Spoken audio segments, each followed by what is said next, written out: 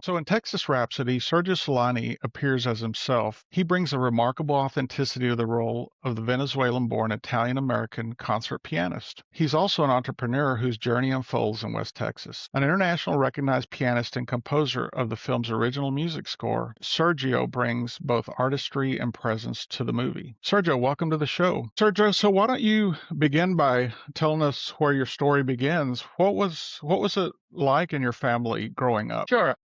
I came from a family of musicians who were originally from Italy. They were from a town called Viareggio in Tuscany. They had emigrated from Italy to Venezuela before I was born. So I grew up in a multicultural environment and I went to school in Venezuela, but would spend my summers in Italy with family. I was, one of three children, the last one, and everybody either sang or played an instrument. And that included my cousins, uncles, aunts, father, mother. We had great sing-alongs at home, and it was a lot of fun. So not only would we sit around the table and share meals, but we would share a lot of music together Right.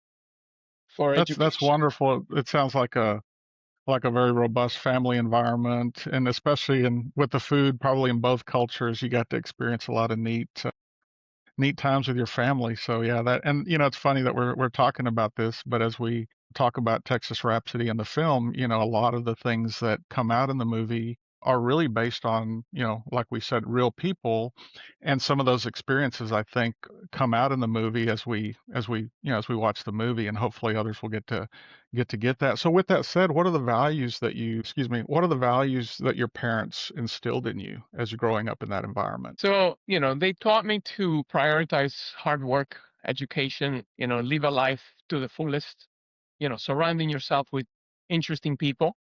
And it was easy to do, given that, you have the chance to meet so many people from so many different cultures. And the fact that, everybody has a story. It's amazing how talent just falls randomly on human beings, no matter where they're located. So give everybody a chance. That's kind of like how I was taught. hmm Good. And it sounds like that might be, and we'll talk a little bit about your business background, but in a leadership position, that always kind of is the thing that I, can identify with as we work with people and they're given an opportunity and, they'll shine in those situations, which is a beautiful value to walk away with. And sometimes the culture is what kind of brings that out in us. So speaking of that, so you've lived in a couple different places. What kind of feels like home for you? So my definition of home has definitely evolved over time. I see home as where your immediate family is, and that has changed over the years. I have spent a lot of time in different worlds: Venezuela, Italy, even various parts of America. When I first came to America, I was in Philadelphia, then New Jersey, then Atlanta, Georgia, ultimately in South Florida. I'm actually very grateful that I got to experience all these places. And certainly every place has given me something that has become part of me, and that's who I am at this point. Right. Yeah, and I did notice your education from Drexel University in Philadelphia, and I didn't quite know how that, kind of how that, we all do something different. Sometimes we're in a place, we go back to a particular town to get schooling, we do different things, but it sounds like, even that in the US, experiencing East Coast living versus Florida and things like that. And then of course in the movie, you end up spending a little bit of time in our West Texas, which is just a fascinating story in itself. So for those that want to know more about that, that's a little teaser to watch the movie. So tell us a little bit more about your music. You talked a little bit about it as it was involved in your family, in your culture, and different cultures. So I'm curious from a business standpoint, and I can, it's funny because in growing up, I was in choir since I was in sixth grade all the way till I was in high school, and I was actually, I like to sing. So, I feel like that's always a well-rounded piece of our thinking, of our, using our mind and different things. And I enjoyed it. Sometimes I wonder about that, and I feel like it had an impact on my life and sometimes in business. And sometimes it's just the way we approach the way we do things. How do you feel like music played a part in your role in family, leadership, business, things like that? So before pre when you prepare for a concert, obviously there's a lot of preparation. There's technical preparation, emotional and interpretation and delivery, right? All of those things, all of those disciplines apply to business as well. The preparation side, the details side. I think actually I remember thinking, as I was studying certain pieces, and I was already playing in the business world. The level of detail. There's a lot of detail that goes into studying a concerto, right? You're probably playing millions and millions of notes, right, in sequence in a certain way, and they have to kind of be as perfect as possible. Preparing for a business is not any different than that. I mean, if you want to succeed, you cannot just randomly just go out. Of course, some portion of any business is luck too, but Yeah. you have to give your best preparation in order to maximize your luck. All right. Sounds like a lot of orchestration, and it's funny that you say that, but when I think of that kind of music and in that environment where you're talking about instruments, there's a lot of coordination, there's a lot of, and that takes a different way of thinking, which is a testament to what you've done in both, your creative mind and your business mind, which is wonderful. So speaking of that, what led you to study and I know you have some education in in finance, and then you also became a lawyer. What kind of pushed you into that world? So that goes back to my upbringing. My father was he had graduated in economics in Italy, and he started working at a bank, but he was always a musician. And then he had a lot more fun being a musician. So he switched over from banking to being a musician, which took him to Venezuela. He opened up a nightclub where a lot of artists from around the world would come, including, American artists like Aretha Franklin, Julio Iglesias, Wow. artists like Europe. A lot of people would come there to perform. So it was in the family already that, you can be on both sides of both the business world and music. So I decided that although I started on the music side, and that's the reason why initially I came to America, as I was growing up and was starting to play concerts, I figured, let me play it a little safer here and get a Hmm. degree that I know that I can, make a nice living and get paying Yeah. things that I love, which, the business side and law were always very interesting to me. I decided to go to law school once I was already working. I was working as a trader in the Philadelphia Stock Exchange, and they had a night program at Temple University and at the law school, and I decided to sign onto that, and that's how that came about. That is a wonderful story. That is just, tell me, did you get to experience some of those famous people in your dad's nightclub as well? Did you get to see some of that? Absolutely, absolutely. That's so cool. That was wonderful. I remember going to, we took a couple of those people to the beach together. We went with Italian artists Albano and Romina Power. I remember they wanted to experience the beach in Venezuela, and we took them with us, and it was fantastic. It was Good. a great way to That grow is, up. I have great memories of Venezuela. Very sad to see what's going on right now, but yeah, great yeah. country, and Italy, and I'm very thankful to the United States as well for everything that he's done for Yeah, me. and it's interesting that you say that. In the story, Texas Rhapsody, you kind of see that in your character that you're trying to show your family some things that you experienced growing up. And I think that, I mean, you did a tremendous job telling that story, and I think it resonates with a lot of people. It's kind of funny. I'll tell this little side story. But yesterday here in Georgetown, we're in Texas, just outside of Austin, and the main internet carrier was down. Somebody apparently cut the fiber in our town. It was down for probably over 24 hours. And there was a gentleman who posted a Facebook story, and he was talking about how people were going into coffee shops and they were talking, they were looking at each other, they were making eye contact, they were interacting with each other. We had no internet in this. It wasn't the entire town, but a lot of it. But it's funny, the story that you're talking about in Texas Rhapsody about trying to show some of those things as you were growing up, and you wanted to show your kids and your family, you know, what it was like growing up without the things that we have today. And I just thought it was funny that this happened yesterday, and some of these things going around right now. I mean, it's all over the Austin news. I mean, we had no internet for the most part. People that were working remote didn't know what it was like to work, from a different location. They weren't wearing their pajamas, you know, all the things that you hear about people working from a remote location. But that really resonated with the kind of the storyline that you talk about in the movie. Yeah, no, I think it's important to have a balanced view of life in general. I mean, I guess we can date ourselves and remember the times when GPS didn't work, wasn't there, right?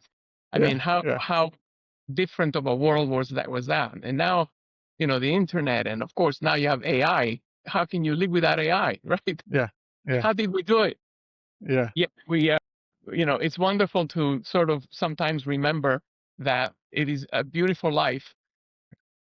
Right. No, that's wonderful, and that definitely comes across in the movie. I think balance is a good word for the thing that you were really working on. So getting into the movie a little bit, how did you get involved with Texas Rhapsody? So I met this wonderful gentleman, Sam Pfiester, when I was visiting Big Spring with my family. We decided to go and check out the property for fun. And I was playing the piano in the mezzanine of the Settles Hotel, and in comes Sam with his lovely wife Rebecca, and they start listening to the piano. And he asked me, can you play some Gershwin? So I said, sure. Now I have an audience. Sam and his Yeah, wife are listening, so I started playing Rhapsody in Blue for him, and that was the beginning of something special. We became friends, and a few months after that, he told me that he was going to be doing another movie, and that he asked me to do the music score for the movie. And to me, it became what an honor is that. And so I very gladly accepted, and I did the music score for the movie. But that also came with a caveat that I would have to do some acting and bringing my family into that. yeah. Quite Have you ever acted in anything like this before? never, never. I've never Never? How acted. mhm. How did that go? What did you think about that? How did that feel? Well, normally as a musician, preparation is necessary for performance. And as a first-time actor in this situation, I got the script about 5 days before filming. So the director and the crew, they were amazing in guiding us through the challenges and telling us how to act. Yeah, yeah. And that's when I discovered that, great editing is what makes a great movie. So Yes, yes, great experience. yes. Great Well, experience. good, good. So, is there anything about the script that you'd like to share that maybe resonated with you? The script brought together a lot of very personal things, family, immigration, music, the risks that people take in order to get into a better future for their family, all of those things which, I experienced myself. And that that was a wonderful thing to be able to tell it in the form of this movie. I like the fact that it took place in my town of Boca Raton, as well as Big Spring. And I love Boca Raton, and I'm grateful for what I have here. But I also wanted my children to experience a different kind of wealth.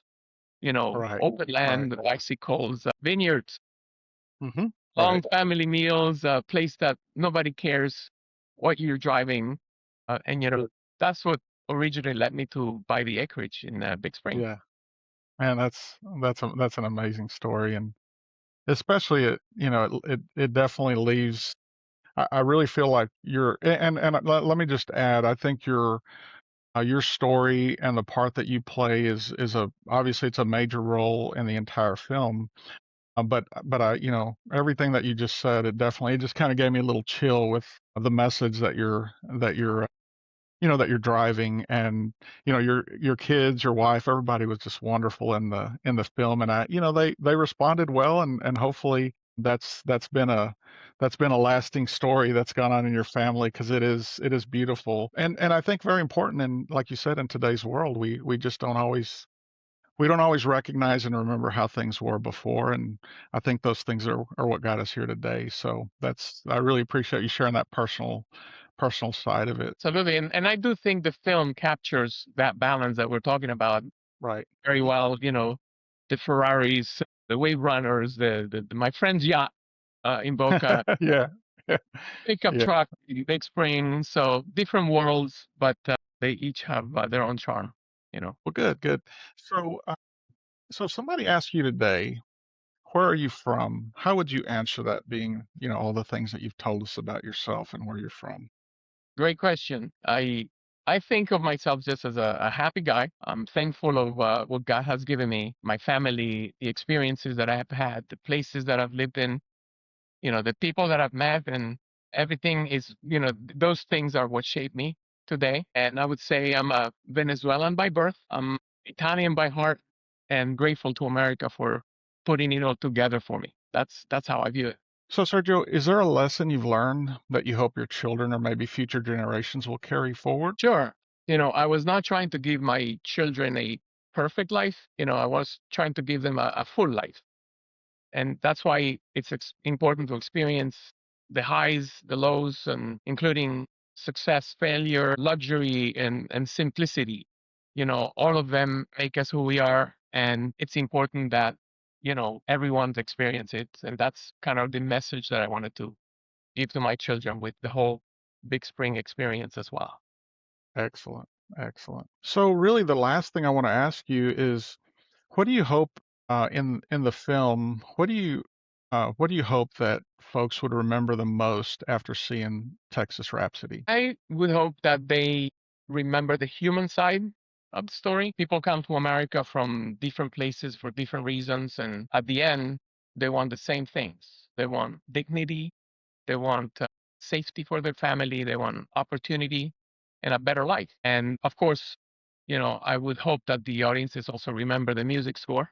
Of course. No, I Yes. fully understand that that's a big competition to a red Ferrari, but that's Right. I think Right. I think the movie puts together a whole bunch of nice concepts that I hope that people can remember it favorably. Put it that way. Wonderful. Wonderful. Well, we really do appreciate your time, Sergio, and we look forward to possibly seeing you in Boca Raton and hope you have a great day. Wonderful. Thank you so much. I appreciate it.